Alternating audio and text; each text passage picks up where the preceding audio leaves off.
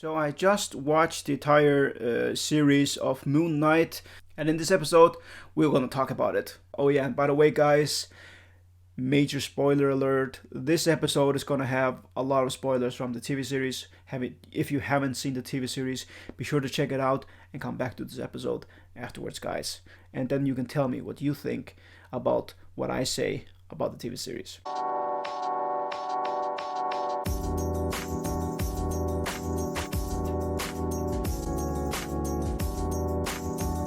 Hello nerds and welcome back to the Nerd Hangout. Like I told you, I have seen Moon Knight now and I was really excited for that series. It was supposed to be, or it is said to be, a little bit more gory than all the other materials that Marvel has released up to the Multiverse of Madness, Doctor Strange. I did have an episode where I talked about the Moon Knight from Marvel Comics, and if you want to see that episode first, guys, you can take the link there, and there we watch the trailers and we talk about the character from the comics, and we talk about a little bit what we are expecting from the TV series.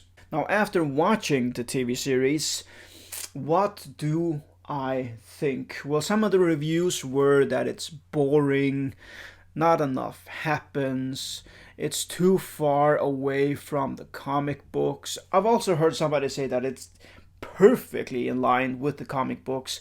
And if you ask me, well, it kind of depends, because there are different versions also in the comics. It's been updated and re-released, the stories, and it's not all completely connected. Marvel did go their own way with the TV series, and I like that. I do see what they mean, that it was a little bit boring in the beginning, but I think it's the same with all those series. I mean, I felt the same with WandaVision. The first couple of episodes were very... Hvad siger man langtrukket på engelsk? I mean, they were very... not dry. They took their time. Sometimes it felt a little bit like they took too much time. But okay, they want to make a story into a 9-10 episode story, so I understand what they're doing. Same with Loki. But like these other series, like Loki and like WandaVision, it really comes all connected in the end. And when you see the entirety of the series, it's an amazing series. I loved it. I had my ideas on where they were going with the psychological aspect of Moon Knight, his split personality, and they really did do that in the series. And it was a little bit confusing in the beginning, because in the comic books, he takes upon himself these alter egos to get more information, to hide his identity and stuff like that. And the series did not go that way at all, and made it all psychological. Mark, I'm here to help you. Like split personalities. Now, there was discussions about the depth of the split personalities in the mid-series. A lot of people talked about there were many personalities that he has. I don't remember that he did have so many alter egos. Well, there was Mr. Knight, there was Moon Knight, there is Spencer, and then there is Mark. I mean, the cab driver, the billionaire, the suited knight, the white suited knight, and Moon Knight. Yeah, different force. But they don't go that way in this TV series.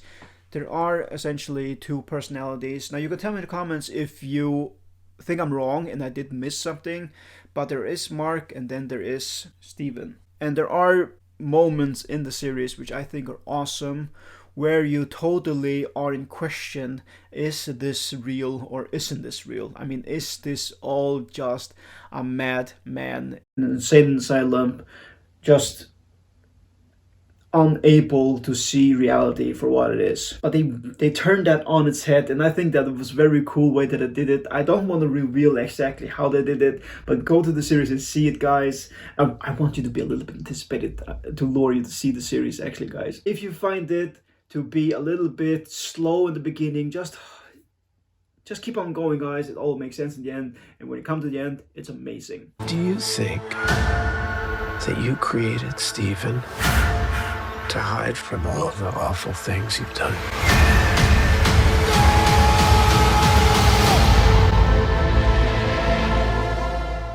The cool aspect of this series is also that you see a new circle of gods, the Egyptian gods. We have met all the gods from Greek mythology, we have met all the one from Norse mythology, and now we're going with Egyptian mythology, and I think that is very cool.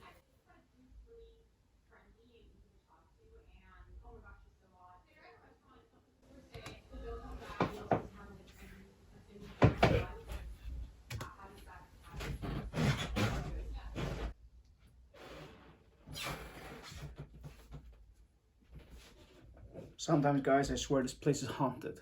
The TV just turned on itself. Well, not really. It was on pause on a Netflix series, and then it went to the main menu, and then it just kind of played on itself like a trailer. Yeah. Where was I? Yeah, so in the comic books, he creates this alter egos, but that's not the case in the series. In the comic books, he really takes this Batman persona on him, this rich billionaire. He uses a lot of money to create his weapons and artilleries, the plane that he flies, or chopper, what you call it. But that is not in the case in the series at all. In this series, all his abilities are created by his god, which have implied him with his powers. Really? Apparently I didn't record that audio.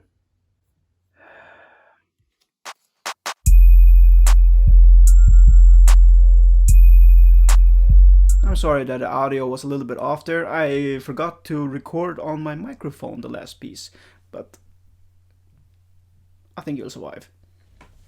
Now you can hear the difference with me just using the microphone or the microphone from my telephone. Yeah, so in this series, they go full on supernatural with all his abilities. He gets all the powers from his god Khonshu, and he has the ability there completely from that power.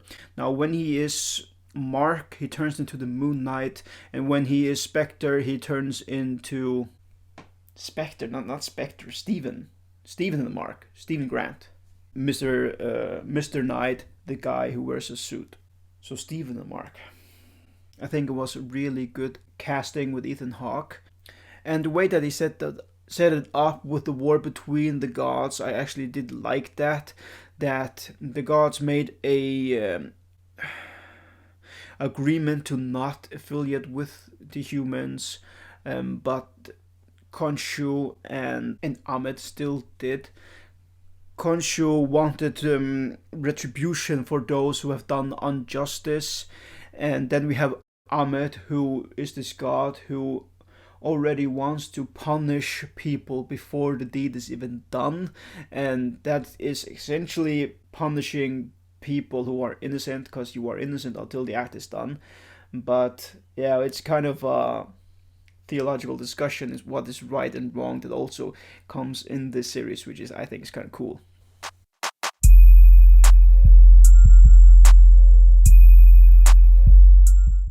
It was cool to see another deity make a debut in the Marvel universe. I think it was excited to see their powers. So no, of course there were a lot of differences between the comic book and the series. If you are a hard-rocking Moon Knight fan, tell me in the comments what did you think with this adaptation of Marvel's Moon Knight? What did you think was missing? How would you have done it differently? I would love to have a discussion with you in the comments about that. I did like the way they went with it.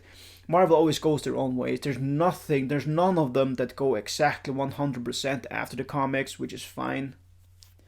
As long as they work, they still do a really good job at giving fans goodies. Not always what they want 100%, you can't do that because we are all individuals, we all love different things, but I think they're really good at giving us what we like in some aspect compared to DC. No, I sound now like I don't like DC. I love DC. I think it's such a shame that that DC universe is such a mess. It needs to be restored. Or restored the Snyderverse. Yeah, I went there. But Discovery has taken over now, so we are hopeful for the future of DC also. But this is not about DC, this is about Marvel's Moon Knight. Oscar Isaac really played Mark and Steven exceptionally good, really played them awesomely. I really think that he is a great actor. It was so cool to see him to play this English-speaking character and then the American character and see them argue and intertwine with themselves and be conflicted about their moralities and how to handle things, and also their sentimental connection, which we come to later in the series. And we also get an understanding of why Mark is a schizo, why he has multiple personalities, and it's not because of Khonshu, it's not about the superpower, it is something that happens in his life, which is very interesting, and I think it's a lovely story how those two personalities come to an understanding, and actually how they depend on each other for survival. All in all, I really did like the series. A long beginning, a dry beginning, but all in all, in the end, a fantastic series. Now I have a hard time seeing where they're going with this in the future project.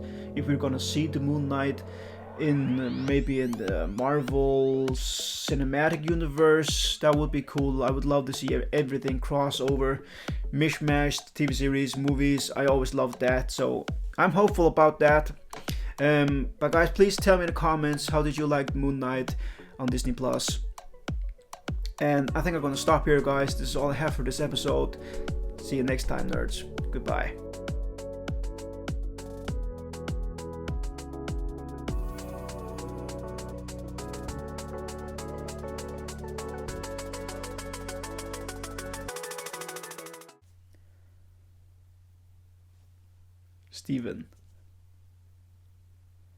Steven.